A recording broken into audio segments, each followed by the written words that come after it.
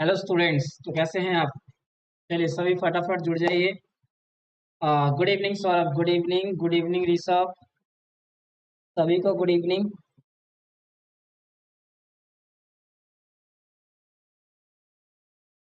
चलिए फटाफट सभी लोग जो है।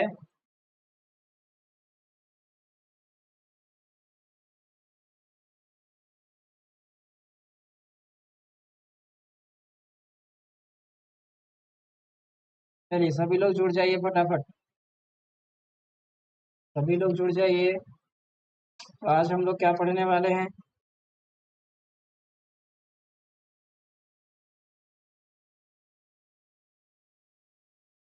हम्म तो हम लोग पढ़ने वाले हैं टाइप्स ऑफ कम्युनिकेशन का third part, on the basis of media. Communication कितने टाइप्स के होते हैं वो हम लोग पढ़ने वाले हैं, जिसमें हम लोग पढ़ेंगे वर्बल, नॉन वर्बल और रिटन। तो वर्बल कम्युनिकेशन का ही दो पार्ट होता है, oral communication and written communication. और एक होता है नॉन वर्बल, वैसा कम्युनिकेशन जहां पर हम ना बोलकर चीजें कम्युनिकेट करते हैं, शेयर करते हैं, ना ही हम लिखकर चीजें बोलते हैं। हमारे बॉडी लैंग्वेज की वजह से, हमारे कुछ एक्टिविटी की वजह से, हमारे कोई आई हैंड आई कोऑर्डिनेशन की वजह से, यानी कि बिना लिखे और बिना बोले जो हम एक्टिविटी के थ्रू किसी चीज को कम्युनिकेट करेंगे, तो वो जो कम्युनिकेशन बनेगा, जो कम्युनिकेशन एस्टैब्लिश होगा, वो बनेगा आपका नॉन वर्बल कम्युनिकेशन। चलिए सभी लोग जुड़ जाइए।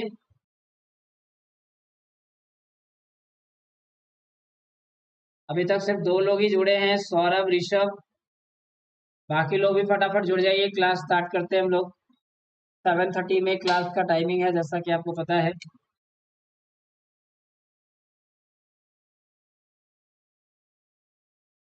तो आज हमारा क्लास जल्दी खत्म हो सकता है, अगर आप जल्दी से जुड़ जाएं, क्लास जल्दी स्टार्ट हो जाए, क्योंकि आज का जो टॉपिक होने वाला है वो कल का रिमेनिंग टॉपिक ही होने वाला है। आज कोई नया टॉपिक हम लोग नहीं स्टार्ट करने वाले हैं। टाइप्स ऑफ कम्युनिकेशन का ही जो पार्ट छूट गया था वो हम लोग स्टार्ट करने वाले हैं, वो हम लोग कंप्लीट करेंगे आज।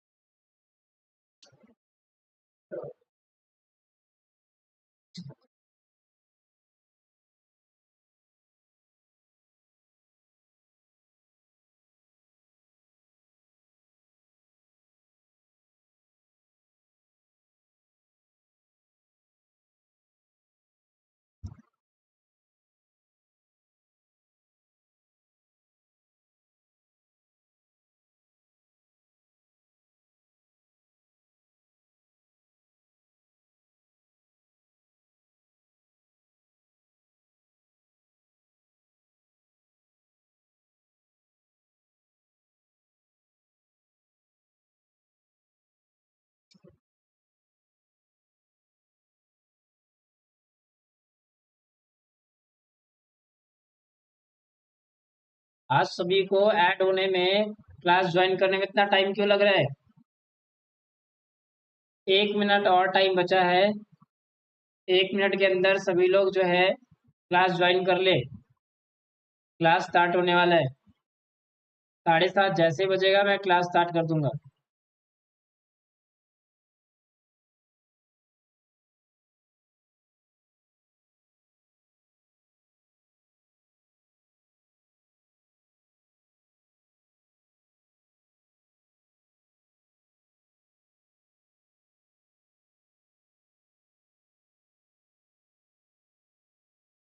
चलिए, तो जितने भी लोग जुड़े हैं हम लोग क्लास स्टार्ट करेंगे अब। तो आज का टॉपिक हमारा रहने वाला है नॉन वर्बल कम्युनिकेशन। तो नॉन वर्बल कम्युनिकेशंस बताने से पहले, एक्सप्लेन करने से पहले, मैं आपको कल का थोड़ा रिवाइज करा देता हूँ। कल हमने जो क्लास किया था, मोहित कुमार जुड़ गए हैं हमारे क्लास से। राधे राधे। राधे राधे मोहित जी। चलिए, हम लोग क्लास को कंटिन्यू करते हैं। तो सबसे पहले मैं कल जहाँ छोड़ा था और जो भी चीजें हमने कल पढ़ी थी वो फिर से मैं 2 मिनट के अंदर सारा रिवाइज करा देता हूँ। उसके बाद हम लोग नॉन वर्बल कम्युनिकेशन। तो हमने कल पढ़ा था कि टाइप्स ऑफ कम्युनिकेशन क्या होता है। तो कम्युनिकेशन को डिफरेंट डिफरेंट बेसिस पे क्लासिफाई किया गया है ना। कम्युनिकेशन बहुत प्रकार के होते हैं। वो टाइप्स हमें कल पढ़ना था और कल हमने पढ़ा भी था टाइप्स ऑफ कम्युनिकेशन, जिसमें हमने देखा था कि कम्युनिकेशन को बेसिकली 3 बेसिस पे बांटा गया है। On the basis of relationship between the parties, on the basis of flow of communication, on the basis of media use during communication. यानी कि कम्युनिकेशन जो पार्टी के बीच में रिलेशन स्टैब्लिश हो रहा है उसके बेस पे, कम्युनिकेशन का फ्लो कैसे हो रहा है उसके बेस पे, और कम्युनिकेशन करने के लिए जो मीडिया का इस्तेमाल हो रहा है, यूज हो रहा है, उस मीडिया के बेस पे कम्युनिकेशन कितने प्रकार के होते हैं ये पढ़ा था। क्लियर है? तो हमने पढ़ा था भाई, फॉर्मल कम्युनिकेशन होता है, इनफॉर्मल कम्युनिकेशन होता है। फॉर्मल कम्युनिकेशन वो कम्युनिकेशन जहाँ जिसे हम ऑफिशियल कम्युनिकेशन भी कहते हैं, और जहाँ पे सिर्फ और सिर्फ सिस्टमैटिक वे में चीजें होती है, सिस्टमैटिक बात होता है, ऑफिस की बातें होती हैं। और यहाँ पे कौन किससे बात करेगा ये प्री डिफाइन होता है, पहले से डिफाइन होता है, पॉलिसीज बनी हुई होती है ना। मैनेजमेंट के द्वारा ये डिसाइड किया रहता है, सारा प्रोसेस अरेंज किया रहता है, कौन किससे बात करेगा, सारे रूट्स क्लियर किए हुए रहते हैं। ये होता है फॉर्मल कम्युनिकेशन। इनफॉर्मल कम्युनिकेशन वो कम्युनिकेशन होता है जहां पे कोई भी पर्सन कोई भी पोस्ट पे किसी से भी बात कर सकता है, वो होता है इनफॉर्मल कम्युनिकेशन। जहां पे आप पर्सनल मैटर पे डिस्कस कर सकते हैं, है ना, कुछ सोशल मैटर पे डिस्कस कर सकते हैं। और यहाँ पे इनफॉर्मल कम्युनिकेशन में क्या था कि यहाँ पे कोई प्री डिफाइंड चैनल नहीं था।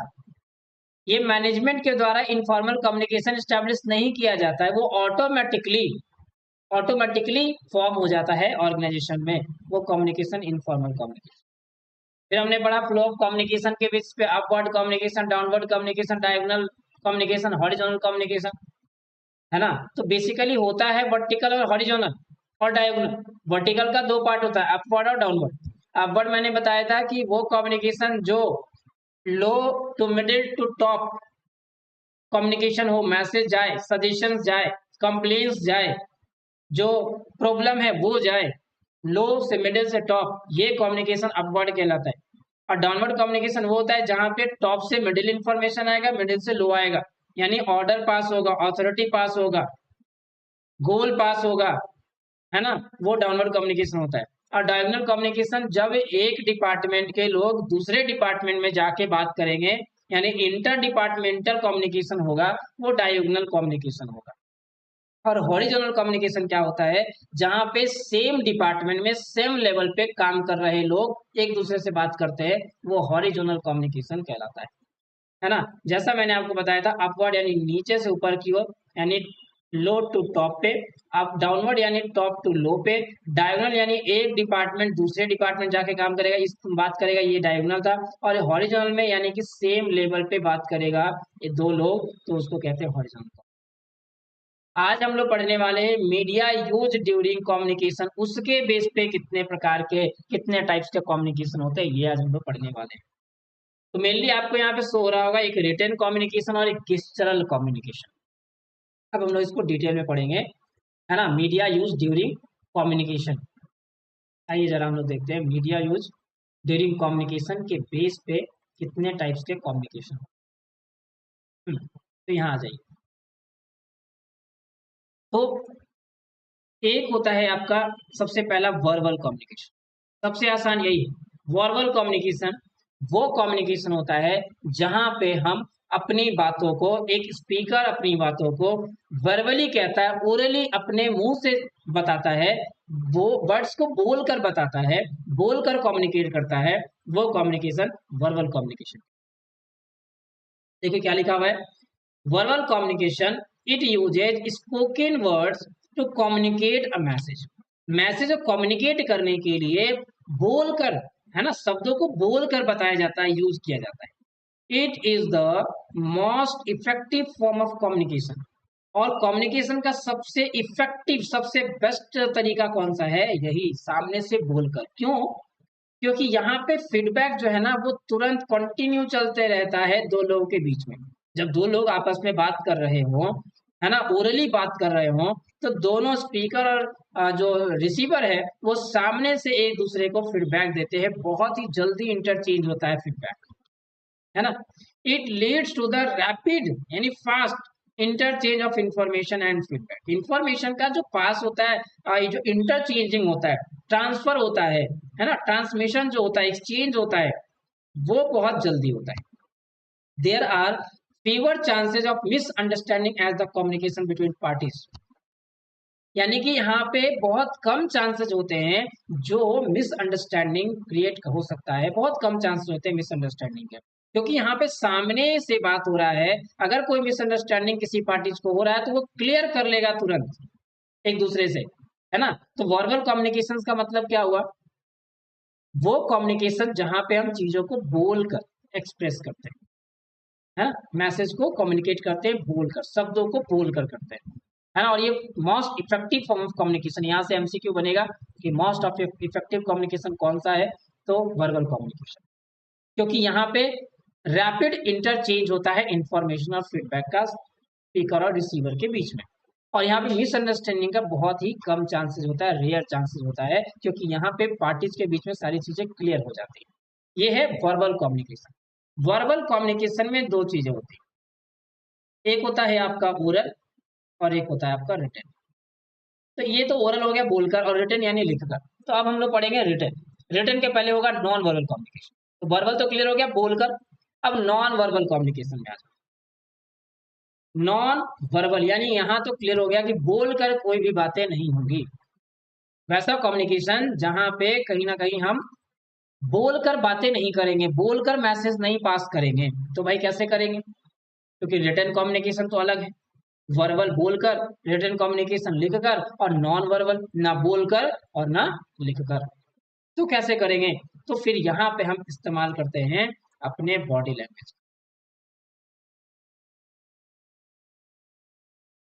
तो वो कम्युनिकेशन जहां पे हम अपने बॉडी लैंग्वेज का इस्तेमाल करते हैं, अपने बॉडी के एक्टिविटी का इस्तेमाल करते हैं, हमारे बॉडी के कुछ एक्टिविटी करने से सामने वाले को कुछ मैसेज मिलता है, वो कम्युनिकेशन नॉन वर्बल कम्युनिकेशन कहलाता है। कौन सा कम्युनिकेशन कहलाता है, नॉन वर्बल कम्युनिकेशन। बात समझ में आई, ना लिखकर ना बोलकर, आपके एक्टिविटी से, आपके एक्टिविटी से सामने वाले को कुछ समझ में आता है, कुछ मैसेज मिलता है, वो कम्युनिकेशन नॉन वर्बल कम्युनिकेशन कहलाता है। Understand, non verbal communication clear है सभी को? पढ़ते हैं जरा इसको। It is based on the understanding of the parties. यानी पार्टीज यानी कि जो भी स्पीकर और रिसीवर है, यहाँ पे दोनों को अपने मतलब एक दूसरे के अंडरस्टैंडिंग पे बेस्ड होता है, एक दूसरे को समझ रहे हैं कि नहीं समझ रहे। इट यूजेज साइंस, यहाँ पे किसका इस्तेमाल होता है, साइन का इस्तेमाल होता है, इंस्ट्रक्शंस का इस्तेमाल होता है। Communication succeeds only when the receiver understands the message completely and proper feedback is given afterwards। यहाँ पे कम्युनिकेशन तभी सक्सीड माना जाता है, तभी सक्सेसफुल माना जाता है जब रिसीवर उस मैसेज को कंप्लीटली समझे और एक प्रॉपर फीडबैक प्रोवाइड करे, और एक प्रॉपर फीडबैक प्रोवाइड करे उस चीज को समझने के बाद।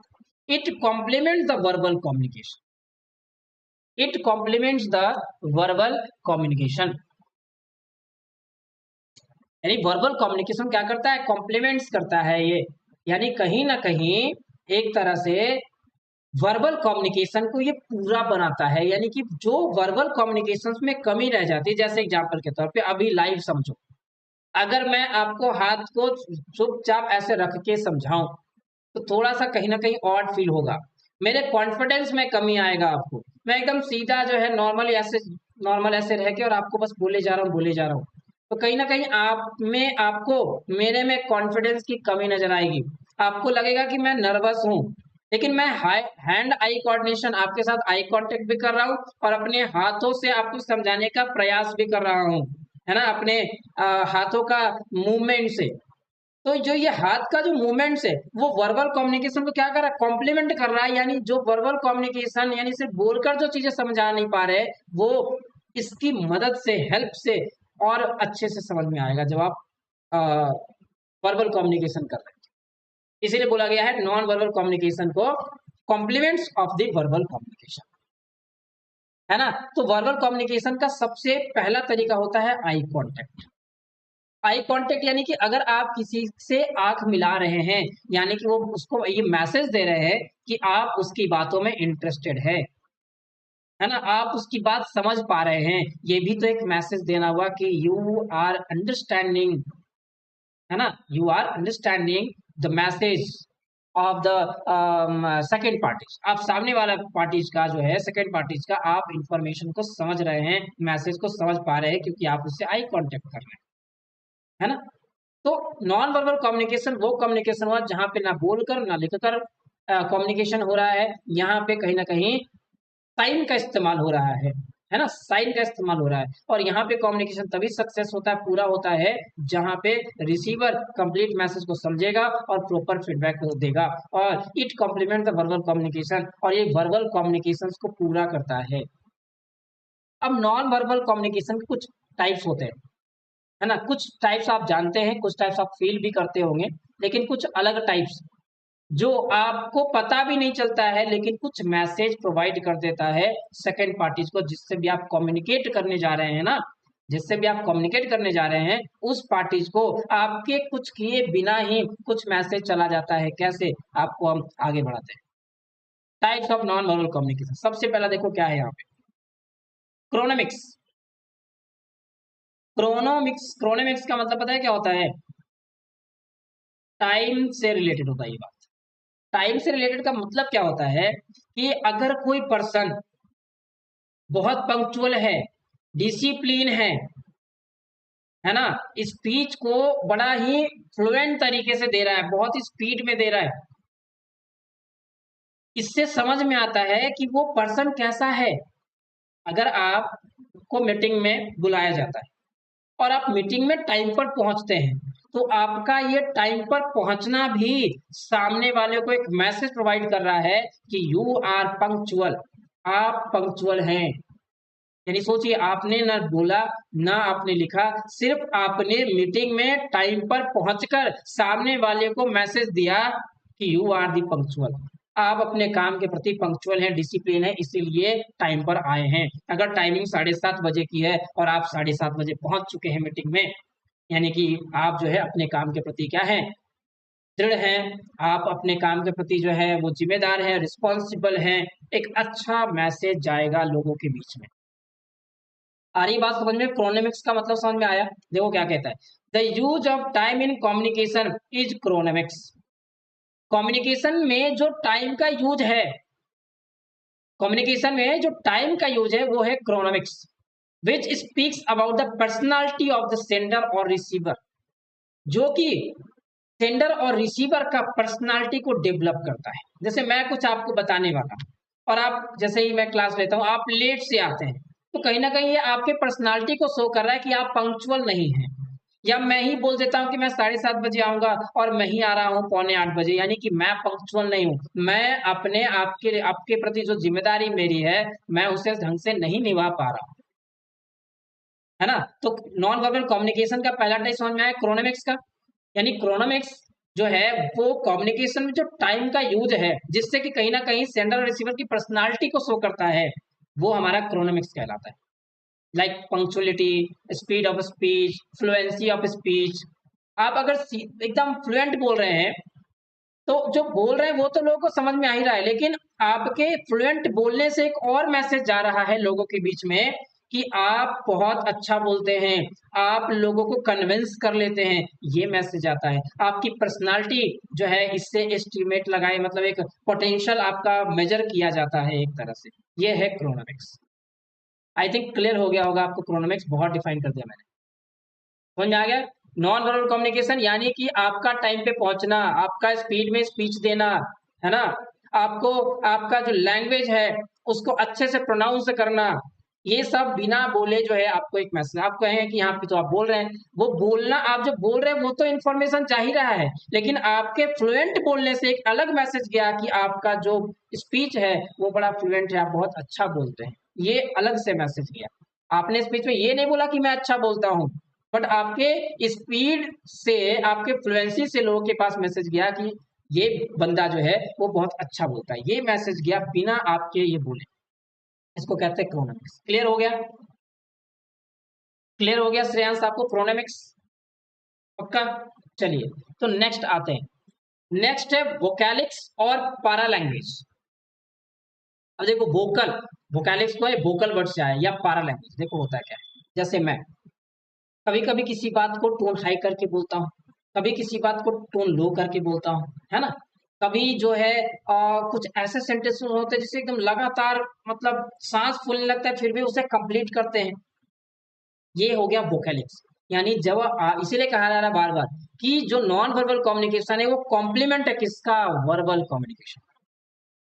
यानी कि जब आप बोल रहे हैं चीजों को, आपका वॉल्यूम कैसा है, आपका टोन कैसा है, आपका पिच कैसा है, आपका जो प्रोनाउंसिएशन है वो कैसा है, ये सारी चीजें वोकैलिक्स और पारा लैंग्वेज से रिलेटेड होता है। The volume of tone, voice and pitch use by the centre in communication. यानी कि अगर मान लीजिए आपसे मैनेजर बहुत ही नॉर्मल टोन में बात कर रहा है, तो एम्प्लॉय क्या होगा, समझेगा कि नहीं भाई मैनेजर हमारी बात सुन रहा है। और यही मैनेजर अगर वॉल्यूम हाई करके, टोन हाई करके बोलेगा वॉइस का, है ना, तो वो कहीं ना कहीं एक गलत इम्पैक्ट डाल रहा है सामने वाले के ऊपर। ये नहीं बोल रहा है कि मुझे गुस्सा आता है, बस उसके चिल्लाने से ही पता चल रहा है एम्प्लॉय को कि मैनेजर को गुस्सा आता है, मैनेजर बहुत गुस्सा करेगा किसी भी बात पे। एक एस्टिमेशन लगा लेगा वो, है ना। वो एक क्या बोलते हैं, फ्यूचर के बारे में थोड़ा सा समझ जाएगा कि मैनेजर जो है वो कहीं ना कहीं गुस्सा वाला है, मैनेजर जो है छोटी छोटी बातों पे गुस्सा करता है। तो वॉल्यूम से, टोन से, पिच से समझ में आ जाता है कि आप क्या हैं, ये बताने की जरूरत नहीं है, ये एक बेसिक अंडरस्टैंडिंग होता है लोगों को। इसको कहते हैं वोकैलिक्स और पारा लैंग्वेज कहते हैं। आया समझ में? इसीलिए कब कहाँ पे टोन कैसा रखना है, वॉल्यूम कैसा रखना है, ये आपको अपने लाइफ में जो है वो क्या बोलते हैं उसको, जो है वो बड़ा अटेंशन फोकस करना है उस चीज पे कि हमारा कब टोन हाई जाना चाहिए, कब टोन लो होना चाहिए, है ना, कब उसको स्माइल के साथ बोलना है।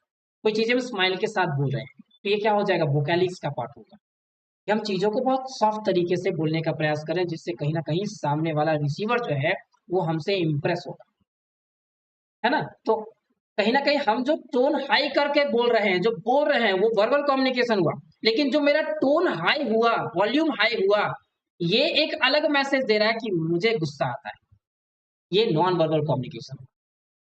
हैप्टिक्स, हैप्टिक्स जो कहीं ना कहीं गर्ल्स ज्यादा इस्तेमाल करती है। जैसे बात ही बात में आपको ऐसे मार दिया, कोई फ्रेंड्स आया और वो आपको ऐसे पीछे से सर पे मार के चला गया, है ना, बहुत बार ऐसा होता है। तो हैप्टिक्स का मतलब होता है the use of touch in communication.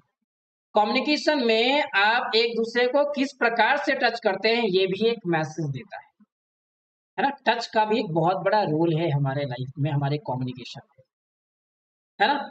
आप गौर करते होंगे कि जब आप एक दूसरे से मिलते हैं और किसी से हैंडशेक करते हैं, और अगर आप टाइटली हैंडशेक करते हैं तो सामने वाला को लगता है कि नहीं भैया कॉन्फिडेंट बंदा है, कॉन्फिडेंस है उसमें।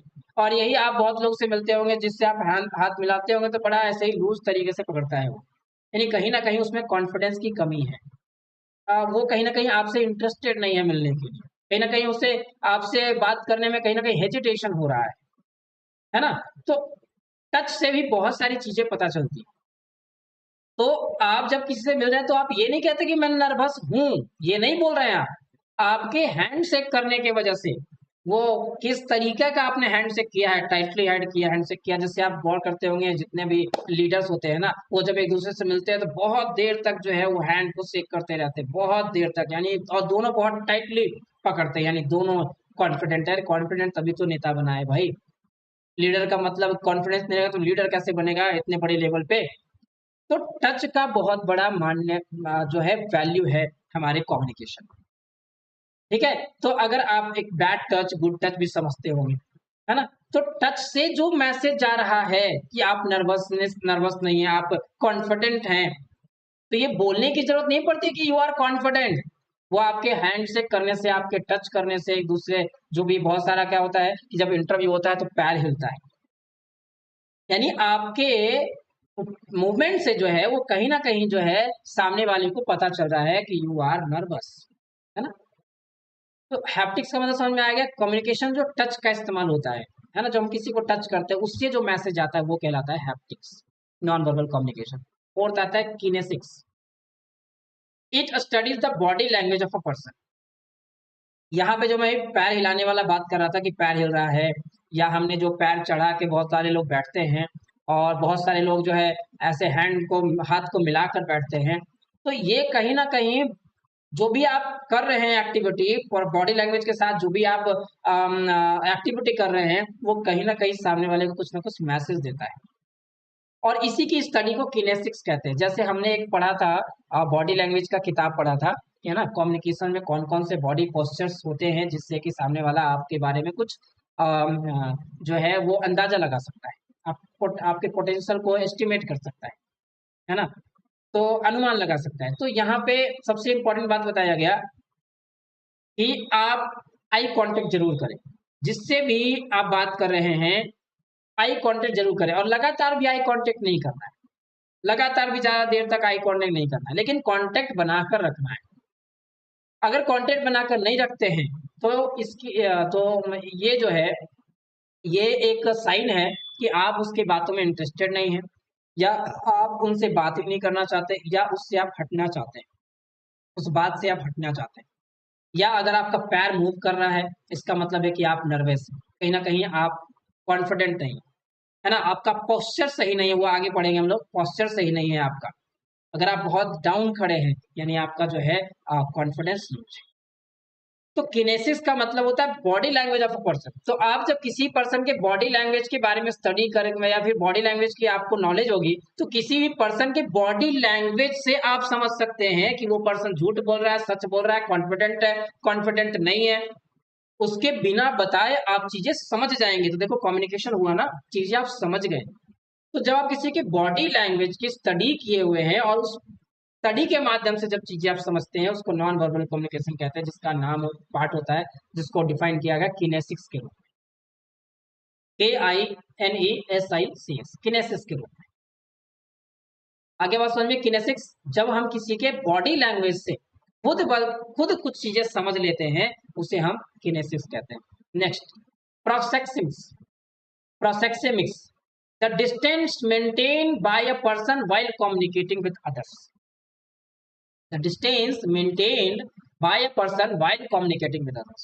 अब यहाँ पे कह रहा है कि आप जो जिससे बात कर रहे हैं, जो डिस्टेंस मेंटेन करना है लोगों के साथ, उसको प्रोक्सेमिक्स कहा जाता है। उससे भी बहुत बार पता चलता है कि आप दोनों के बीच में क्या रिलेशन है, कैसा कम्युनिकेशन हो रहा है ना। डिस्टेंस तो एक ज्यादा डिस्टेंस भी नहीं रखना चाहिए और ज्यादा पास भी नहीं आना चाहिए, है ना, ज्यादा डिस्टेंस भी मेंटेन नहीं करना है, नहीं तो फिर लगेगा सामने वाले को कि भाई वो हमसे बात करने के लिए तैयार नहीं।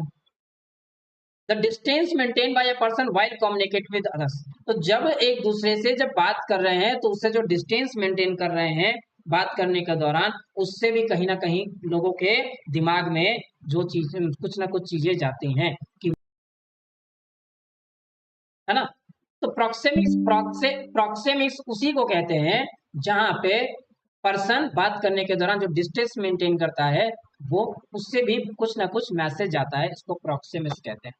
नेक्स्ट आया आर्टिफैक्ट्स।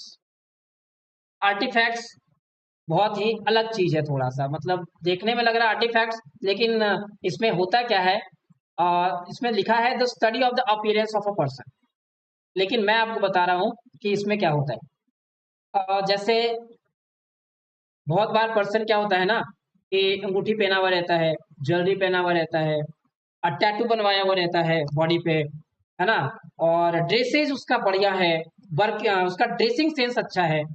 तो इससे भी हम कुछ ना कुछ क्या करते हैं, मैसेज प्रोवाइड करता है वो पर्सन। ज्वेलरी पहना है यानी कहीं ना कहीं रिच फैमिली से बिलोंग करता है, तो बताने की जरूरत नहीं है कि वो रिच फैमिली से बिलोंग कर रहा है। वो कहीं ना कहीं क्या है, वो रिच फैमिली से बिलोंग कर रहा है, उसका गेटअप बता रहा है, उस पर्सन का जो अपियरेंस है, जिस तरीके से वो अपियर हुआ है आपके सामने, वो बता रहा है ना, कि वो क्या है। वो भी कुछ ना कुछ बिना बोले मैसेज दे रहा है, यानी नॉन वर्बल कम्युनिकेशन कर रहा है।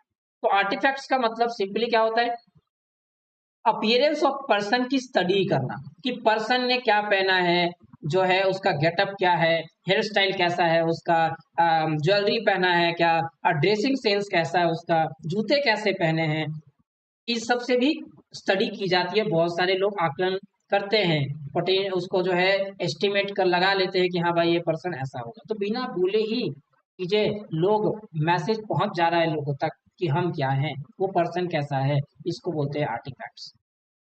यहाँ से क्वेश्चन हम डायरेक्ट पूछ सकता है, the study of the appearance of a person is known as artifacts. Appearance of a person is known as artefacts.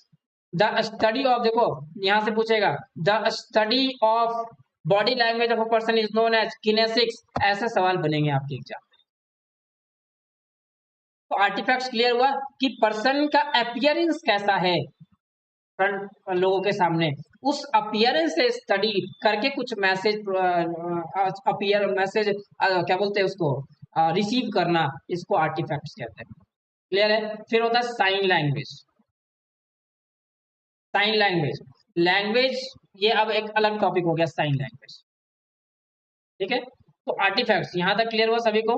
Types of non verbal communication, जहां पे हम ना कुछ बोलते हैं ना कुछ लिखते हैं, फिर भी सामने वाले के पास मैसेज पहुंच जाता है, अंडरस्टैंडिंग लेवल से पहुंच जाता है एक दूसरे का। और इसमें सबसे पहला टाइप है क्रोनोमिक्स, जहां पे आपके पंक्चुअलिटी से, आपके टाइप से, आपकी स्पीड ऑफ स्पीच से पता चल जाता है लोगों को कि आप कॉन्फिडेंट हैं कि नहीं है, आप पंक्चुअल हैं, आप रिस्पॉन्सिबल है कि नहीं है, लोगों तक मैसेज पहुंच जाता है। फिर वोकलिक्स और पैरा लैंग्वेज, मैंने बताया था कि आप जब बोल रहे हैं तो आपका टोन कैसा है, आपका वॉल्यूम कैसा है, इससे भी पता चल जाता है कि सामने वाला बंदा कैसा है।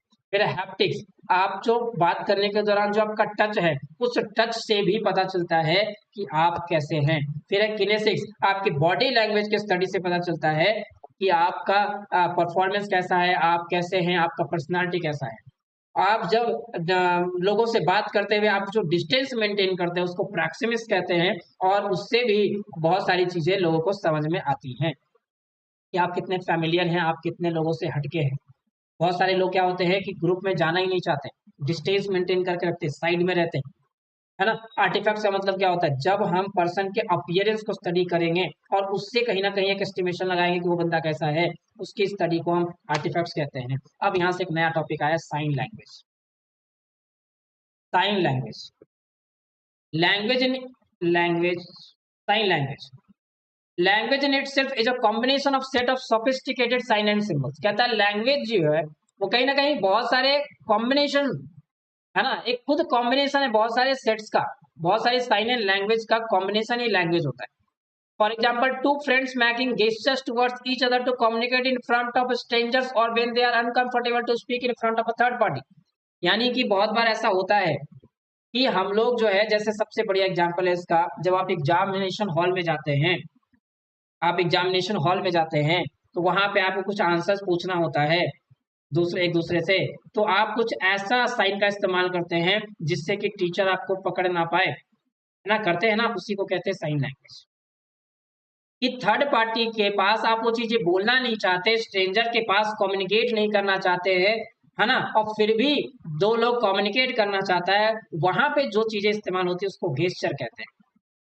है ना, गेस्चर कहते हैं। जैसे हम लोग दूर से ही बोलते हैं कि हाँ सब कुछ ठीक है, तो हम लोग जो है थंब दिखा देते हैं, यानी वो थंब क्या है, साइन, राइट का साइन है कि हाँ चलो ठीक है ना, मुंडी हिला देते हैं, हाँ चलो ठीक है। तो ये सब क्या हो गया, साइन लैंग्वेज हुआ। इंस्ट्रक्शंस बोले तो signs and symbols, signs and symbols. तो language in itself is a combination of a set of sophisticated sign and symbols. बहुत सारे साइन एंड सिंबल्स का जो है वो कॉम्बिनेशन खुद लैंग्वेज। और जब हम किसी बात को, मैसेज को एक दूसरे के पास पहुंचाने के लिए, जिससे कि थर्ड पार्टी को ना पता चले, हम कुछ इंस्ट्रक्शन का इस्तेमाल करते हैं, उसको साइन लैंग्वेज कहते हैं। तो साइन कितने प्रकार का होता है, types of sign. These signs are usually of two kinds, usually दो काइंड, यानी साइन जो है वो दो तरह के होते हैं। एक होता है विजुअल साइन और एक होता है ऑडियो और साउंड साइन। यानी एक विजुअल साइंस जैसे पोस्टर्स, पोस्टर्स एक विजुअल साइंस है। ऑडियो वो भी एक साइन है। तो साइन जो है दो प्रकार के होते हैं, एक होता है विजुअल साइंस, एक होता है ऑडियो साइंस या साउंड साइंस। तो ऑडियो साउंड साइंस का मतलब क्या होता है, बहुत बार क्या होता है कि आप सामने वाली पार्टी से डायरेक्ट किसी बात को नहीं कह पाते, तो आप कोई म्यूजिक चलाकर, म्यूजिक ऑन करके या गाना गा के अपने फीलिंग्स को शेयर करते हैं, है ना, फीलिंग्स को शेयर करते हैं। तो ये हुआ साउंड साइन। आप क्लियर नहीं बता रहे हैं, आप किसी म्यूजिक का सहारा ले रहे हैं, आप किसी सॉन्ग का सहारा ले रहे हैं और सॉन्ग गाकर सामने वाले को कुछ बताना, इशारा कहना चाह रहे हैं, साइन देना चाह रहे हैं कि मैं ये आपसे कहना चाहता हूँ, इसको कहते हैं ऑडियो साइन। और कुछ दिखाकर, कुछ फोटोज दिखाकर, इमेजेस दिखाकर आप कुछ लोगों से मैसेज पहुंचाना चाहते हैं लोगों तक, उसको कहते हैं विजुअल साइंस। आगे देखते हैं हम लोग। देखो क्या कहता है visual science. These are commonly seen and used in and around us. We come across multiple visual signs of our daily life. है ना, विजुअल साइंस। जैसे आप एनएच में, यानी नेशनल हाईवे में जो आप ट्रैवल करते हैं, तो बहुत सारे क्या होते हैं, हॉर्न का साइन होता है, जो है ब्रेकर का साइन होता है, घनी आबादी का साइन होता है, यानी पॉपुलेशन ज़्यादा है वहाँ पे। फिर वहाँ पे कुछ डेंजरस चीज़ों का नुकसान होता है, वहाँ पे स्पीड लिमिट का जो है वो निशान होता है, साइन होता है। तो ये सब सारे क्या है, विजुअल साइंस है। ये सारे हमारे क्या है, traffic signal, traffic signal visual signs है। वो ट्रैफिक सिग्नल जो रेड लाइट, येलो लाइट और जो भी ग्रीन लाइट चलता है, वो क्या है, विजुअल साइंस है। आपको कहता नहीं कि रुको, बस ग्रीन रेड जला दिया रुको, ग्रीन जला दिया यानी जाओ। ये सब क्या है, विजुअल साइंस है, ये सब जो हमारे डेली लाइफ पे यूज होता है ना। देखो जरा, the traffic sign that we see on the road are essential for visual signs for driver which help prevents accident and mishaps on the roads. जो ट्रैफिक साइन जो दिए जाते हैं रोड्स पे, ट्रैफिक पुलिस के द्वारा, या फिर जो साइन लाइट वाला जो ऑटोमेटिक जो है अब आ गया है, वो सारी चीजें जो साइन प्रोवाइड की जाती है ड्राइवर को, कहीं ना कहीं एक्सीडेंट को रोकने के लिए, कुछ मिस हैपनिंग ना हो इससे बचने के लिए, जो साइन इस्तेमाल होता है ट्रैफिक के द्वारा, वो क्या होते हैं, हमारे ट्रैफिक साइन विजुअल साइंस होते हैं। The use of posters in advertising to communicate message to potential buyer और buyers to keep them inform about product और डिटेल्स। जो पोस्टर्स का एडवर्टीजमेंट के लिए इस्तेमाल होता है, जो कम्युनिकेट करता है बायर को, जो भाई उसके गुड्स को खरीदे, और वो बायर्स को जो उसके पहले से बायर हैं लेकिन नए प्रोडक्ट्स के बारे में बताना चाहता है कि मार्केट में नया प्रोडक्ट्स आया, यानी अपने प्रोडक्ट्स का एडवर्टीजमेंट करने के लिए, पोटेंशियल कस्टमर यानी नए कस्टमर बनाने के लिए जो हम पोस्टर्स का इस्तेमाल करते हैं, एडवर्टीजमेंट करते हैं, वो हमारा क्या होता है, साइन होता है। डिस्काउंट का जो है हम लगाते हैं, दुर्गा पूजा जो है ऑफर, दिवाली ऑफर, ये सब जो है हम लोग जो पोस्टर्स लगाते हैं, दुकान वाला जो पोस्टर लगाता है, मॉल वाला, कंपनी वाला जो पोस्टर लगाता है, वो सारे क्या है, विजुअल साइंस है। The state card we receive from painters और interior decorators when we are renovating और पेंटिंग।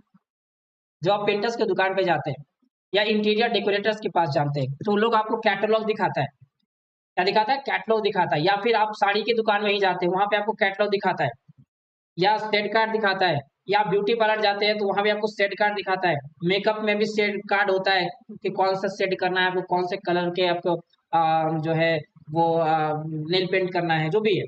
तो ये सब क्या है, विजुअल साइंस है। यानी आपको पेंट कराने से पहले, पेंट बेचने से पहले, वो पहले आपको कलर का सेट दिखाता है कि देखो ऐसा ऐसा कलर है, पेज में रहता है ना, कभी जाओगे तो हार्डवेयर की दुकान में तो आपको पता चलेगा, या इंटीरियर डेकोरेटर्स बुलाओगे, आर्किटेक्चर को बुलाओगे तो आपको दिखाएगा कि देखो ऐसा ऐसा बनाना है क्या, पहले दिखाएगा। और तो ये क्या हुआ, विजुअल साइंस हुआ।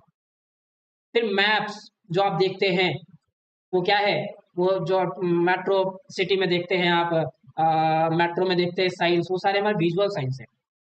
जो इलेक्ट्रॉनिक मैप्स है जो आपके मोबाइल में है, वो सब क्या है, विजुअल साइंस है, जिससे आप देख के कहीं ना कहीं कम्युनिकेट कर रहा है वो मैप की, भाई यहाँ आपको जहाँ जाना है वो आपको बता रहा है, लेफ्ट राइट सब बता रहा है आपको, है ना। यानी वहां भी दो पर्सन है, सेंडर रिसीवर वहां भी है। तो कहीं ना कहीं जो आपको ना बोलकर ना लिखकर आपको साइन के माध्यम से चीजें मैसेज दी जा रही है, कम्युनिकेशन किया जा रहा है, वो हमारा होता है साइन लैंग्वेज। विजुअल साइंस ये होते हैं। दूसरा हमारा होता है audio signs. Audio sign, audio sign are, ambulance में जो सायरन बजता है, क्या वो विजुअल्स है, आपको दिखाई देता है, दिखाई देता है, लेकिन पहले दिखने से पहले वो सुनाई देता है, दूर से ही सुनाई देता है कि भाई एम्बुलेंस आ रहा है, गाड़ी को क्या करो, साइड करो, ट्रैफिक को हटाओ, जाम को हटाओ। दिखाई तो बाद में देता है, पहले सुनाई देता है। तो sirens on the ambulance which act as audio signs telling the driver in front to let the ambulance pass। यानी ड्राइवर जो उसके आगे खड़े हैं उसको बोलता है कि भाई जरा तुम साइड हो जाओ, है ना, एम्बुलेंस आ रहा है। Car horns are drivers communicate to each other while driving. जो भी कार हॉर्न्स होते हैं, साइकिल और घंटी बजाता है, बाइक हॉर्न देता है, ट्रक हॉर्न देते हैं, यानी जो भी ट्रैवल के दौरान जो आपको हॉर्न देता है वो क्या है, वो ऑडियो साइन से आपको साइड होने कह रहा है। Parade drums which alarm the passing of a parade. जो परेड ड्रम्स होते हैं वो कहीं ना कहीं जो आर्मी होते हैं, जो भी एक्टिविटी हो रहा है, जो भी जो रिहर्सल हो रहा है, या जो भी परेड होता है उसमें ड्रम बजाता है तो साइन देता है कि आपको पहले ये स्टेप लेना है फिर वो स्टेप लेना है। ये भी क्या है, ऑडियो साइन है।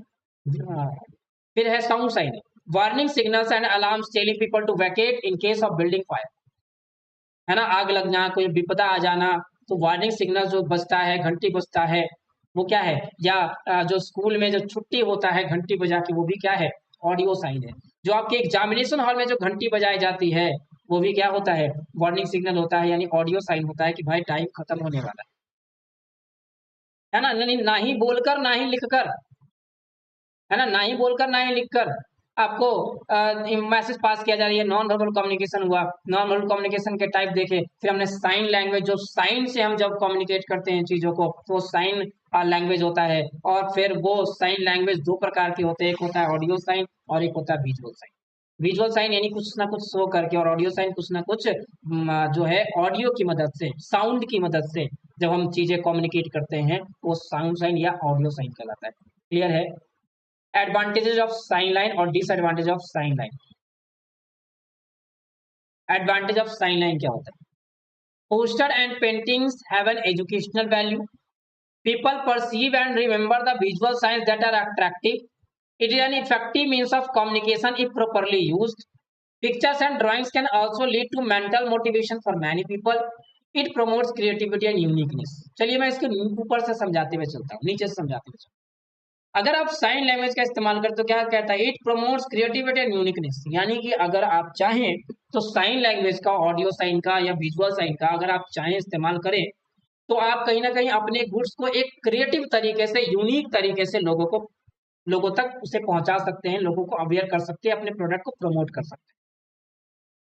जैसे मैंने आपको एग्जांपल दिया था, शायद टोयोटा कंपनी की कार थी, शायद फॉर्चूनर का ही शायद जो है एडवर्टीजमेंट का सेल बढ़ाने के लिए बुलाया गया मीटिंग।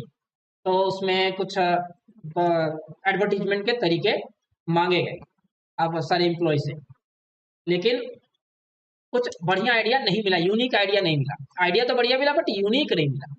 उसमें से एक नॉर्मल सुपरवाइजर जो था वो एक आइडिया देता है अपने मैनेजर को, अपने डायरेक्टर्स को। क्या देता है आइडिया, वो सिंपली ये बोलता है कि भाई किसी ऐसे रोड पे जहां पे गाड़ी आता जाता है, बहुत ही फ्लो होता है ना, बहुत ही जो है ट्रैफिक अच्छा खासा रहता है वहां पे, आप वहां रोड को जो है ब्रेकर ऊंचा करवा दीजिए या एक आर्टिफिशियल ब्रेकर बनवा दीजिए हाई, है ना। और वहां पे क्या हुआ कि जो हाई ब्रेकर बनाया गया वो भी अपना जो उधर का जो अथॉरिटी होगा उससे पूछ के किया गया होगा वो काम, है ना। लेकिन वो as compare to normal breaker वो बहुत ही ऊंचा बनाया गया जानबूझ के, बहुत ही बड़ा ब्रेकर बनाया गया। तो टोयोटा का टायर क्या होता है, बड़ा होता है, तो बहुत छोटी छोटी गाड़ी जा रही थी, उसमें फंस जा रही थी उस ब्रेकर में, और उस ब्रेकर में गाड़ी फंस जा रही थी। लेकिन जैसे ही पीछे से क्या कंपनी ने अपनी ही कार जो है भेजी, टोयोटा फॉर्च्यूनर, और वो आराम से उस ब्रेकर को पास करके चला गया। और ऐसे ही जो है 2 से 3 दिन, 4 दिन, 1 वीक तक किया, लोगों की नजर में गया, अरे भैया ये गाड़ी जो है इतना बड़ा ब्रेकर को भी क्या कर लेता है, पार कर लेता है। यानी ये कहीं ना कहीं साइन लैंग्वेज हुआ, बिना बोले लोगों के दिमाग में चला गया कि ये गाड़ी अच्छी है, ये गाड़ी जो है कहीं ना कहीं ऊंचे ब्रेकर को भी बहुत मजबूत है, और आराम से ये इतना बड़ा ब्रेकर को पास कर लिया, है ना। और फिर उसी टाइम से जो है बहुत सारा सेल होने लगा और फॉर्च्यूनर का डिमांड बढ़ गया। तो कहीं ना कहीं आप जब साइन लैंग्वेज का इस्तेमाल करते हैं, तो कहीं ना कहीं आपके क्रिएटिविटी और यूनिकनेस बाहर आती है, प्रमोट होता है, और आपको कहीं ना कहीं अच्छा फायदा होता है आपके बिजनेस में। दूसरा होता है pictures and drawing can also lead to mental motivation for many people. इसके बारे में कुछ पिक्चर्स शो करते हैं, कुछ ड्राइंग्स के माध्यम से जब चीजें बताते हैं, तो कहीं ना कहीं बहुत सारे लोगों को एक मेंटल मोटिवेशन मिलता है वो चीजें बाई करने के लिए, या कहीं ना कहीं उन्हें उस चीज को करने के लिए देखने के बाद कहीं ना कहीं मोटिवेट होते हैं वो लोग। इसका एक और एग्जाम्पल है, क्रिएटिविटी है, लेकिन मैं किटकैट कंपनी जो है, किटकैट जो टॉफी है, उसका भी मैंने एक कहानी सुन रखा है। उसने क्या किया, जितने भी लगभग अमेरिका, ऑस्ट्रेलिया में जो है, यूके में पार्क है, वहाँ क्या किया था उन्होंने, जो है पार्क में जो टेबल होता है बैठने वाला, उस टेबल को जैसा किटकैट का रैपर फाड़ने के बाद आधा किटकैट का चॉकलेट दिखता है, आधा रैपर दिखता है, वैसा चित्रकारी कर दिया था लगभग हर पार्क में 1-2 टेबल पे। तो इससे क्या हो रहा था, जो भी लोग बैठ रहे थे, है ना, उस टॉफी को इमेजिन कर रहे थे, चॉकलेट को इमेजिन कर रहे थे, कहीं ना कहीं वो पिक्चर और ड्राइंग जो उसमें जो पेंट किया गया था, कहीं ना कहीं वो लोगों को अट्रैक्ट किया उस चॉकलेट को खरीदने के लिए। तो पिक्चर्स या ड्राइंग्स, और ये तो हो गया आपका क्रिएटिविटी और यूनिकनेस का। पिक्चर और ड्राइंग से भी बहुत सारे अट्रैक्टिव प्रोडक्ट के एडवर्टीजमेंट तैयार किए जाते हैं। फिर it is an effective means of communication if properly use. ये कम्युनिकेशन का बहुत अच्छा माध्यम है अगर इसको अच्छे से यूज किया जाए। अगर आप अच्छे वर्ड्स का इस्तेमाल नहीं करेंगे, आप शॉर्ट में चीजें नहीं लिखेंगे, आप बहुत लॉन्ग चीजें लिख रहे हैं, कोई पढ़ेगा ही नहीं उस चीज को, है ना। तो अगर आप इस चीज को अच्छे से यूज करते हैं साइन लैंग्वेज को, तो कम्युनिकेशन का बहुत ही अच्छा माध्यम है, अच्छा सोर्स है लोगों को चीजें बताने का। पहले people perceive and remember the visual sign that are attractive. जो साइड अट्रैक्टिव होते हैं, है ना, जो साइड अट्रैक्टिव होते हैं, वो कहीं ना कहीं, या कह सकते हैं कि जो लोग होते हैं वो विजुअल साइंस को बहुत ही आसानी से रिमेंबर कर लेते हैं, परसीव कर लेते हैं, यानी उसे समझ लेते हैं, उसे रिसीव कर लेते हैं उन साइंस को, और कहीं ना कहीं वो उन्हें अट्रैक्ट करता है साइंस से। Posters and painting have an educational value. आप अपने प्रोडक्ट को आप पोस्टर्स और पेंटिंग के मदद से भी कुछ क्या कह सकते हैं, कुछ एजुकेशन मैसेज दे सकते हैं, है ना।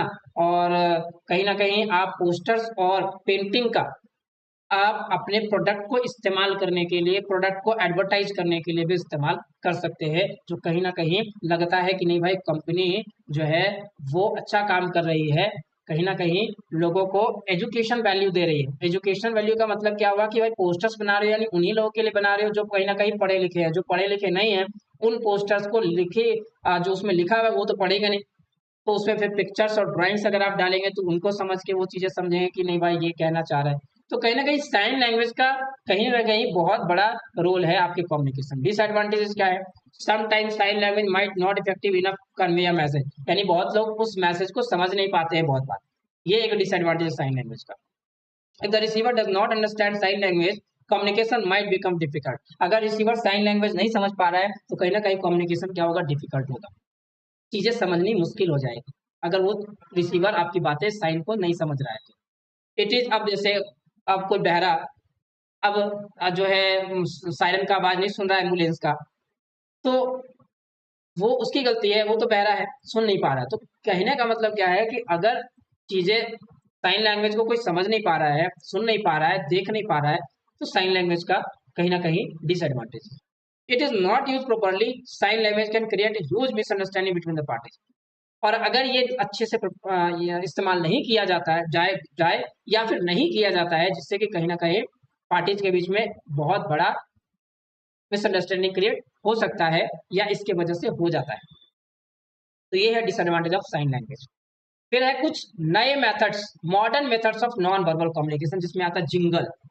जिंगल का मतलब होता है एक शॉर्ट पीस ऑफ म्यूजिक, जो कहीं ना कहीं जैसे चुनाव में बहुत बार इसका इस्तेमाल होता है। चुनाव में इसका इस्तेमाल होता है कुछ छोटे मोटे सॉन्ग्स बना के, छोटे मोटे जो है पोयम के जैसा बना के, और उसको प्रेजेंट करते हैं लोग। A jingle is a short piece of music with one or more hooks and meaning that promote a product or service being sold, usually through the use of one or more advertising slogans. है ना? यानी short music बना के, एक छोटा music यानी बड़ा music 2-4-5 minute का नहीं, 2-2 4 10 सेकंड का, 5-5 सेकंड का, 10-10 सेकंड का, है ना? कुछ म्यूजिक में ऑडियो साइंस इस्तेमाल करके जो प्रोडक्ट से इस्तेमाल होते हैं, प्रोडक्ट्स का एडवर्टीजमेंट होता है, ये एक नया तरीका है, एक तरह से मॉडर्न मेथड्स है कम्युनिकेशंस का, साइन लैंग्वेज का जिंगल, जिसमें हम छोटे छोटे पोयम के फॉर्म में या स्टोरीज के फॉर्म में, म्यूजिक के फॉर्म में हम चीजें बताते हैं। दूसरा होता है म्यूजिक। अब आई गया भाई, म्यूजिक का स्पेशली आ गया। So music has the ability to have significant bodily impacts to elicit deep and profound emotion in us and to be exploited by great composers and performers to achieve infinite tiny variations of expression। कहता है music यानी कहीं ना कहीं जब आप चीजों को एक्सप्रेस नहीं कर पाते बोलकर लिखकर, तो म्यूजिक जो है आज एक सहारा बन गया है। आपके अंदर जो फीलिंग है, आपके अंदर जो इंफॉर्मेशन भरा हुआ है, जो आपके अंदर नॉलेज है, उसको आप एक्सप्रेस कर सकते हैं म्यूजिक के थ्रू, सॉन्ग के थ्रू, है ना, एल्बम के थ्रू। तो ये है आपका music, not modern methods of communication. फिर है लास्ट कार्टून। कार्टून तो आप देख ही रहे हैं। Cartoon can express a lot of information with very few और no words. The cartoon philosophy, logic, objectives are genuine and they educate the general guidance audience. तो कार्टून आज एक नया है, जैसे पेपर में भी डेली देखिएगा कुछ ना कुछ पॉलिटिक्स पे कार्टून बनते रहता है, या आज तक जो है वो कार्टून का वीडियो जो है नेता लोग का, लीडर्स का जो है वो कार्टून के फॉर्म में वीडियो बनाता है। तभी लीडर्स के कुछ कार्टून बना देता है और उससे कुछ ना कुछ एक रिलेशन, एक जो है वीडियोस बना के और जनरल ऑडियंस को वो चीजें बताता है। तो कार्टून एक नया तरीका है कम्युनिकेशन का। तो cartoon can express a lot of information with very few और नो वर्ड्स। बिना कुछ कहे या कुछ कहे बहुत सारी बातें बता देता है अपने एक्टिविटी से, है ना। तो ये आपके न्यू मेथड्स ऑफ कम्युनिकेशन है। क्लियर है? तो उसके बाद आपका आ गया रिटन कम्युनिकेशन। फटाफट देख के खत्म करते हैं रिटन कम्युनिकेशन। तो वो कम्युनिकेशन जब हम रिटन फॉर्म में करते हैं, लिख के बताते हैं, वो होता है हमारा रिटन कम्युनिकेशन, जिसमें आपका सर्कुलर हो सकता है, मेमो हो सकता है, रिसिप्ट हो सकता है, बुलेटिन हो सकता है, नोटिस बोर्ड पे लिख दिया जाए, एप्लीकेशन लेटर हो गया, रिपोर्ट्स लिखना हो गया, टेलीग्राम भेज दिया गया, ईमेल्स भेज दिया गया लिख के, ये सारे हमारे क्या है, रिटन कम्युनिकेशन। तो written communication refers to sending of messages, orders, or instruction in writing through letters, circulars, manual, reports, telegram, office memos, bulletins, etc. It is a formal method of communication. It is less flexible. It can also be used as legal evidence. It is time consuming, costly, unsuitable for confidential and emergent communication. तो written communication वो communication है जहां पे message orders जो है वो instruct किए जाते हैं रिटन फॉर्म में, लेटर्स के थ्रू, सर्कुलर्स के थ्रू, मैनुअल्स के थ्रू, रिपोर्ट्स के थ्रू, टेलीग्राम्स के थ्रू, ऑफिस मेमोज के थ्रू, ऑफिस डॉक्यूमेंट्स के थ्रू, बुलेटिन के थ्रू, नोटिस बोर्ड के थ्रू।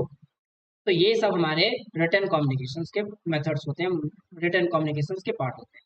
और ये कहीं ना कहीं फॉर्मल मेथड ऑफ कम्युनिकेशन है। लिखकर पढ़ा था ना हमने फॉर्मल कम्युनिकेशन, वो कम्युनिकेशन जहां पे एक सिस्टमैटिक वे में चीजें होती हैं, जो चीजें लिख के टॉप से मिडिल, मिडिल से टॉप लो तक पहुंचाया जाता है, वो हमारा फॉर्मल कम्युनिकेशन होता है। तो formal communication generally written communication इस्तेमाल होता है और ये फ्लेक्सिबल नहीं होता है ना। यहाँ पे जिसके पास जो अथॉरिटी है वही लिख सकता है, किसी और के बदले कोई और कम्युनिकेट मैसेज नहीं पास कर सकता है।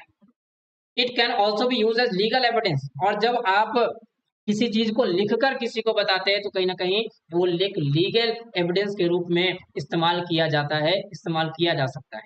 और ये कहीं ना कहीं टाइम कंज्यूमिंग होता है, क्योंकि ये एक डिफाइंड चैनल से होके गुजरता है। और जहाँ पे चीजें कॉन्फिडेंशियल रखनी है ना, और इमरजेंट कम्युनिकेशन जल्दी करना है, वहां के लिए सूटेबल नहीं होता है। जहाँ पे चीजें कॉन्फिडेंशियल रखनी है वहां के लिए ये सही नहीं होता है। और जहाँ पे इमरजेंसी चाहिए यानी जल्दी चाहिए, मैसेज को जल्दी पहुंचाना है, वहां पे ये रिटर्न कम्युनिकेशन काम नहीं करता है। एडवांटेज ऑफ रिटर्न कम्युनिकेशन देखिए, it creates permanent record of evidence. सबसे बड़ा एविडेंस क्या होता है यहाँ पे कि यहाँ पे परमानेंट रिकॉर्ड हो जाता है एज अ एविडेंस, क्योंकि हमारे पास वो लिखित इंफॉर्मेशन, इसका हम फ्यूचर में इसका इस्तेमाल कर सकते हैं। It gives the receiver sufficient time to think, act and react. और जब हम रिटर्न में चीजों को पास करते हैं, किसी को मैसेज देते हैं, तो यहाँ पे रिसीवर के पास सफिशिएंट टाइम होता है उसको पढ़ने का, उसको समझने का, उस पर सोचने का, उस पर रिएक्ट करने का। It can be send to multiple person at a time, और ये बहुत सारे लोगों को एक बार में भेजा जा सकता है, पोस्ट के थ्रू, ईमेल के through. It is suitable for sending statistical data, chart, diagram, pictures. और ये statistical data, chart, diagram, pictures जो है वो भेजने के लिए सुटेबल होता है। Good written communication can create goodwill and promote business. और कहीं ना कहीं जब आप रिटर्न कम्युनिकेशन जो करते हैं, अच्छा रिटर्न कम्युनिकेशन करते हैं, तो कहीं ना कहीं आपका गुडविल और बिजनेस प्रमोट होता है, गुडविल क्रिएट होता है, गुडविल बढ़ता है, रेपुटेशन मार्केट में बढ़ता है आपका। The disadvantage of return communication, आप फीडबैक यहाँ पे तुरंत नहीं ले सकते हैं, एक्सपेंसिव होता है, there is no scope for immediate clarification. यानी कि अगर आपको किसी से तुरंत क्लैरिफिकेशन चाहिए, अगर कोई मिसअंडरस्टैंडिंग हो गया है, तो आप यहाँ पे नहीं ले सकते हैं, क्योंकि कहीं ना कहीं रिटर्न कम्युनिकेशन आया है, तो आपको रिटर्न ही फीडबैक भी भेजना पड़ेगा, तो क्लैरिफिकेशन तुरंत नहीं मिलता है। यहाँ पे स्कोप ही नहीं है तुरंत क्लैरिफाई करने के लिए, टाइम लगेगा। It is less flexible, flexibility return communication में कम है, आप तुरंत चीजों को बदल नहीं सकते, जो चीज लिख के भेज दिया गया है वो उसे समझेगा, बाद में फीडबैक देगा, तभी आप उसको चेंज कर सकते हैं। It is not effective in case of emergency, और जहां पे आपको इन्फॉर्मेशन तुरंत पहुंचानी है एक जगह से दूसरी जगह, एक पार्टी से दूसरे पार्टी के जगह पे, तो वहां पे ये इफेक्टिव नहीं होगा, क्योंकि रिटर्न कम्युनिकेशन टाइम टेकन है, टाइम कंज्यूमिंग है, ये इसका डिसएडवांटेज है। ठीक है, तो फीडबैक यहाँ नहीं मिलता है तुरंत, एक्सपेंसिव होता है, इमीडिएट क्लैरिफिकेशन नहीं मिलता है, या फ्लेक्सिबल नहीं होता है यहाँ पे, और इमरजेंसी जो है वो कहीं ना कहीं इमरजेंसी में इंफॉर्मेशन नहीं पास होता है, इफेक्टिव नहीं होता है। स्टेप्स इन रिटर्न कम्युनिकेशन, अगर आप रिटर्न कम्युनिकेशन करना चाहते हैं, लास्ट टॉपिक है हमारा ये, लास्ट टॉपिक है हमारा ये आज। तो अगर आप एक रिटर्न कम्युनिकेशन, अच्छा रिटर्न कम्युनिकेशन करना चाहते हैं, तो आपको क्या क्या करना पड़ेगा? तो सबसे पहले preparing the message. The communicator at this stage should focus more on the what he wants to communicate, that is the idea। यानी आप क्या कम्युनिकेट करना चाहते हैं, पहले ये तो उसको तो प्रिपेयर कर लो, मैसेज को इनकोड तो कर लो, इन्फॉर्मेशन थाउट को इनकोड तो कर लो, जो आप सेंड करना चाहते हैं, पहले ये करना है, प्रिपेयरिंग द मैसेज। दूसरा, first draft. After the message is prepare it should be express properly, he must draft it properly on paper. यानी आपके दिमाग में जो चीजें थाउट चल रहा है, उसको आप एक बार इनकोड कर लिए, तो उसको एक बार लिख कर देख लो। After drafting the message, he should check properly for any errors or mistakes. He can avoid spelling and grammar checks at this stage। आप जब उसको फर्स्ट टाइम जब लिखेंगे, तो उसके बाद उसको रीचेक करो, जिससे कि आपको स्पेलिंग, ग्रामर, कॉमा, पंक्चुएशन, ये सब में अगर कहीं मिस्टेक्स है तो उसको आप सही करें। यहाँ पे उसको आप अवॉइड कर सकते हैं, उसको रीचेक कर सकते हैं, उसको सही कर सकते हैं, यानी एरर को आप चेक कर सकते हैं। तो पहला उसको मैसेज को समझो, क्या करना है, क्या लोगों को कम्युनिकेट करना, फिर उसको एक बार ड्राफ्ट करो यानी लिखो, और देन फिर उसको रिवाइजिंग एंड एडिटिंग करो, कहाँ कहाँ मिस्टेक था उसको सही करो। At this stage, the communicator focuses on correcting the grammar, spelling, and punctuation. While editing, he must ensure the message is brief and to the point, and there is no unnecessary information। और revising और editing के दौरान आपको क्या करना है? Grammar check करना है, स्पेलिंग चेक करना है, पंक्चुएशन चेक करना है, और जब आप एडिटिंग कर रहे हो तो आपको ये ध्यान रखना चाहिए, आपको ये इंश्योर करना चाहिए कि मैसेज छोटा हो, ब्रीफ हो, ज्यादा लंबा नहीं हो, टू दी पॉइंट हो, और इंफॉर्मेशन उसमें अननेसेसरी ना हो, एकदम टू दी पॉइंट इंफॉर्मेशन हो। फोर्थ है proof reading. During proof reading the communicator must check the context, accuracy, form and appearance of the message before he sends it out to people. और at last आप जब भेजने जा रहे हैं, तो आप एक बार फिर से उसको पढ़ लो, एक्यूरेसी चेक कर लो, हमने जो चीजें बतानी है वो सारी चीजें उसमें है कि नहीं, अपीयर है कि नहीं है, कुछ चीजें छूटी तो नहीं है, एक्यूरेट तो है, कंटेक्स्ट तो उसमें सारी चीजें भरी हुई है ना। ये सारी चीजें हमें प्रूफ रीडिंग के दौरान देखनी है एक बार। इसीलिए आपको कोई भी डॉक्यूमेंट जो है वो पढ़ के ही किसी को देना होता है। ये होता है आपका प्रूफ रीडिंग। और देन फिर क्या करना है, उसको कम्युनिकेट कर देना है। तो एक रिटन कम्युनिकेशन का पहला मैसेज प्रिपेयर करो, फिर उसको ड्राफ्ट करो, फिर उसको रिवाइज और एडिटिंग करो, और देन फिर उसको एक लास्ट टाइम में प्रूफ रीडिंग कर लो एक बार, और देन फिर सामने वाले को सेंड करो। यानी सेंड करने से पहले उसको रीड कर लो। ये है कि इफेक्टिव रिटेन कम्युनिकेशन के स्टेप्स। आगे बात समझ में। पहला मैसेज दिमाग में सोचो, ड्राफ्ट करो, रिवाइज एडिटिंग करो, और फिर एक बार भेजने से पहले फिर से एक बार पढ़ लो कि उसमें सारी चीजें इंक्लूड है कि नहीं, जो हम रिसीवर को भेजना चाहते हैं। ये है आपका प्रूफ रीडिंग। ठीक है। अगर किसी को किसी में डाउट है, किसी टॉपिक में डाउट है, तो आप पूछ सकते हैं। अगर किसी को किसी टॉपिक में डाउट है तो वो कमेंट कर सकते हैं।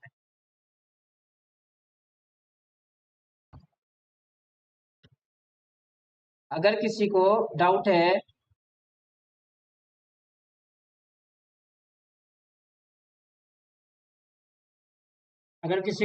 तो वो पूछ सकते हैं, नहीं तो फिर हम आज क्लास यहीं पे स्टॉप करेंगे।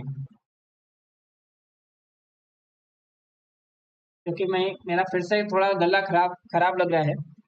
मैं ज़्यादा आज ऐसे भी टॉपिक 5.4 खत्म हो गया है। तो अगर किसी को कुछ पूछना है तो पूछ सकता है, नहीं तो आज हम लोग क्लास यहीं पे स्टॉप करेंगे, है ना। अच्छा, एक दो क्वेश्चंस कर लेते। मैंने कल कुछ बोला था कि एक दो क्वेश्चंस करेंगे क्लास खत्म होने के बाद। तो चलिए हम लोग कुछ क्वेश्चंस करते हैं, आप लोग आंसर करिएगा। ठीक है।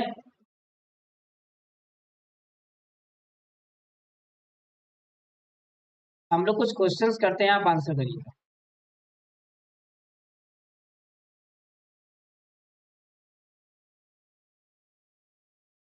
Are you ready for the questions?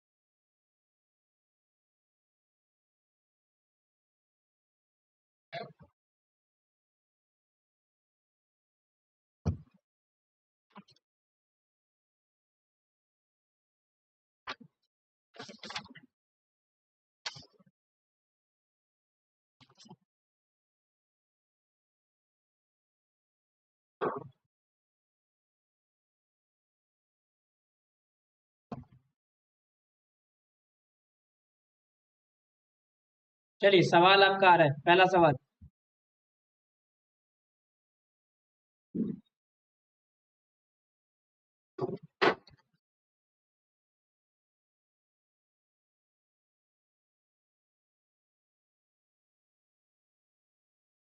पहला सवाल है, ध्यान से सुनिएगा।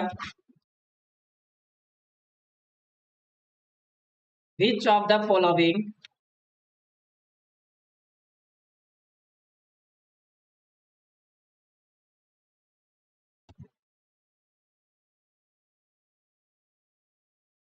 which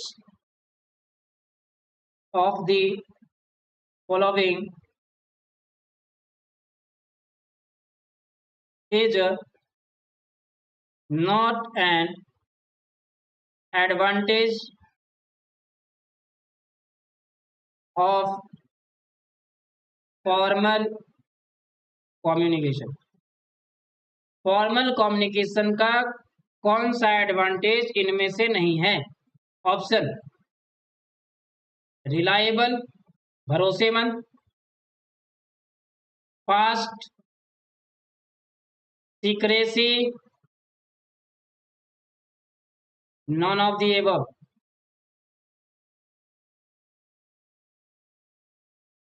क्वेश्चन आपके पास है, which of the following is not an advantage of formal communication? Reliable, fast, secrecy, none of the above.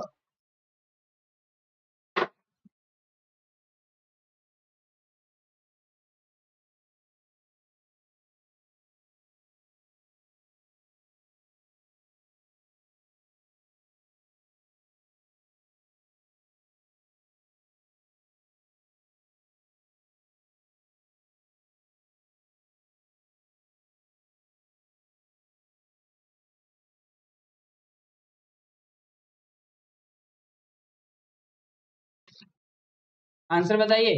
B, not an advantage of formal communication. Good. Fast, fast जो है रिलायबल है, secrecy है, but fast नहीं है।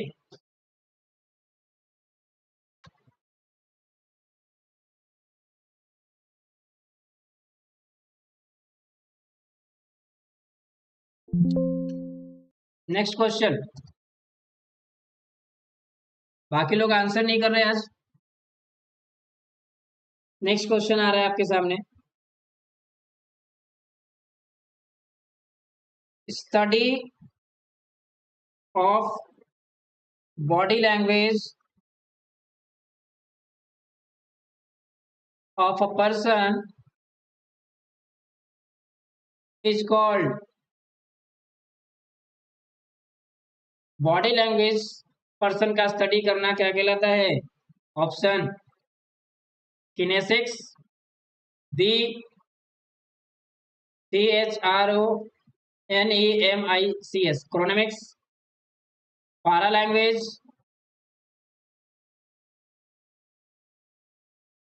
And D none of the above. बताइए जल्दी से। Study of body language of a person, अभी हम लोग पढ़े थे, कुछ देर पहले पढ़ा है हमने।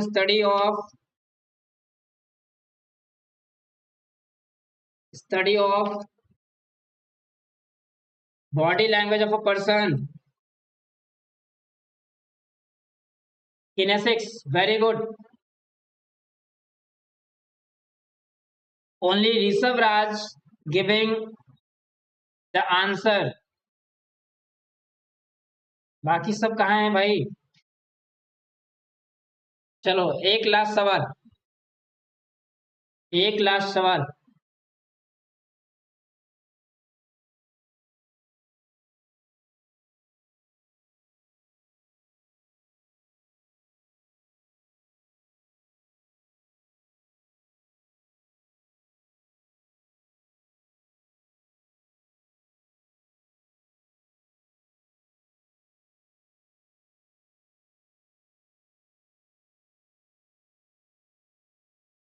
एक लास्ट सवाल। How many types how many types of vertical communication?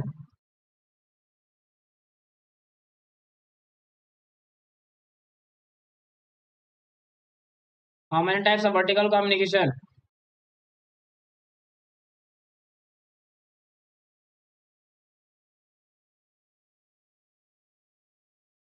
How many types of vertical communication?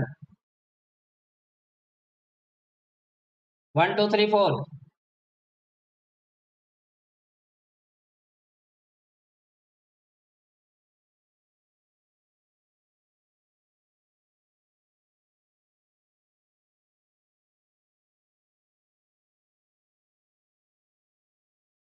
How many types of vertical communication?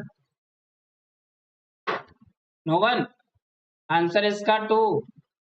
Vertical communication दो प्रकार के होते हैं, एक होता है अपवर्ड और एक होता है डाउनवर्ड। वर्टिकल मतलब क्या बताए थे? वर्टिकल कम्युनिकेशन जो लो टू टॉप और टॉप टू लो होता है, यानी कि अपवर्ड कम्युनिकेशन और downward communication. So two types of vertical communication, upward and downward. Clear है? चलिए, तो हमारा 5.4 भी जो है वो कम्युनिकेशंस का खत्म हो गया है हमारा। तो हम लोग कल से 5.5 स्टार्ट करेंगे। 5.5 स्टार्ट करेंगे। जो भी बच्चों को अगर 5.4 में 5.4, 5.1 से 5.4 तक कोई दिक्कत है तो कमेंट में बता सकता है ना? मैं उसे फिर से एक बार रिवाइज करा दूंगा, है ना? और नहीं तो फिर हम लोग कल 5.5 स्टार्ट करेंगे। 5.5 स्टार्ट करेंगे। तो चलिए, तब तक के लिए सभी को शुभ रात्रि, राधे राधे। मिलते हैं हम लोग फिर कल।